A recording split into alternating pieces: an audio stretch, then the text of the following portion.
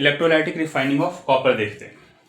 देखो, electrolytic refining of copper में हम कॉपर की प्यूरिफिकेशन करते हैं यूजिंग इलेक्ट्रिक एनर्जी। इसमें क्या करते हैं, इसे हम इलेक्ट्रोलाइटिक टैंक बोलते हैं। इलेक्ट्रोलाइटिक टैंक में हमें कॉपर को प्यूरिफाई करना है, तो thick block of impure copper को फॉर्म करते हैं एनोड।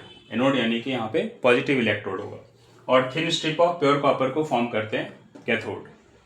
ठीक। Acidified aqueous copper sulphate solution जो होता है उसे इलेक्ट्रोलाइट बनाया जाता है।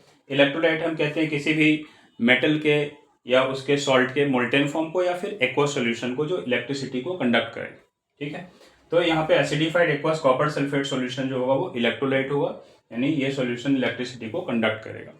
जैसे ही आप यहाँ से स्विच ऑन करोगे तो एनोड से कॉपर के आयंस, कॉपर यहाँ से इलेक्ट्रॉन रिलीज करता है और कॉपर के आयंस इलेक्ट्रोलाइट में डिजॉल्व होना शुरू कर देते हैं।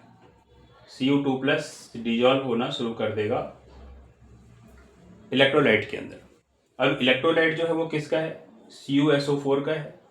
CuSO4 का है, जिसमें Cu2+ और SO4 2- आयंस ऑलरेडी प्रेजेंट हैं।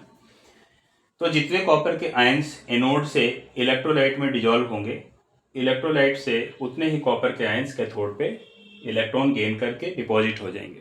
तो इसे हम ऐसे कहते हैं कि on passing electric current copper ions from the anode start dissolving in the electrolyte and equivalent amount of copper gets deposited on the cathode from the electrolyte।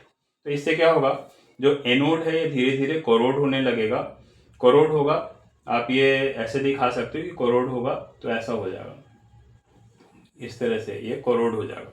और जो कैथोड है इसकी थिकनेस बढ़ती चली जाएगी, थिकनेस इसकी बढ़ती चली जाएगी। जो इम्प्योरिटीज हैं उनमें से सॉल्युबल इम्प्योरिटीज तो इलेक्ट्रोलाइट में ही रह जाएंगी, इनसॉल्युबल इम्प्योरिटीज एनोड के नीचे इकट्ठी होती जाएंगी। इन्हें हम कहते हैं एनोड मड, एनोड मड। अब इस प्रोसेस में आप ये सोच सकते हो कि एनोड पे ऑक्सीडेशन हो रहा है या रिडक्शन हो रहा है, कैथोड पे क्या हो रहा है।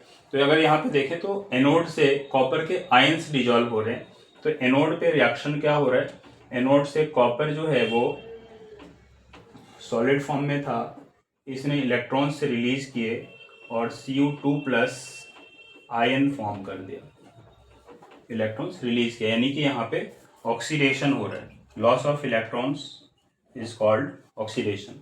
और कैथोड पे क्या होगा, कैथोड पे इसका अपोजिट प्रोसेस होगा। यहाँ पे जो Cu2+ आयन कैथोड के अराउंड हैं, वो Cu2+ आयन्स सॉल्यूशन के अंदर जो हैं इलेक्ट्रॉन्स गेन करेंगे और वो Cu सॉलिड में चेंज हो जाएंगे। यहाँ कैथोड पे रिडक्शन हो रहा होगा। तो ये बहुत ही आसान है, याद रखना, आप इसे ईजिली लर्न कर सकते हो।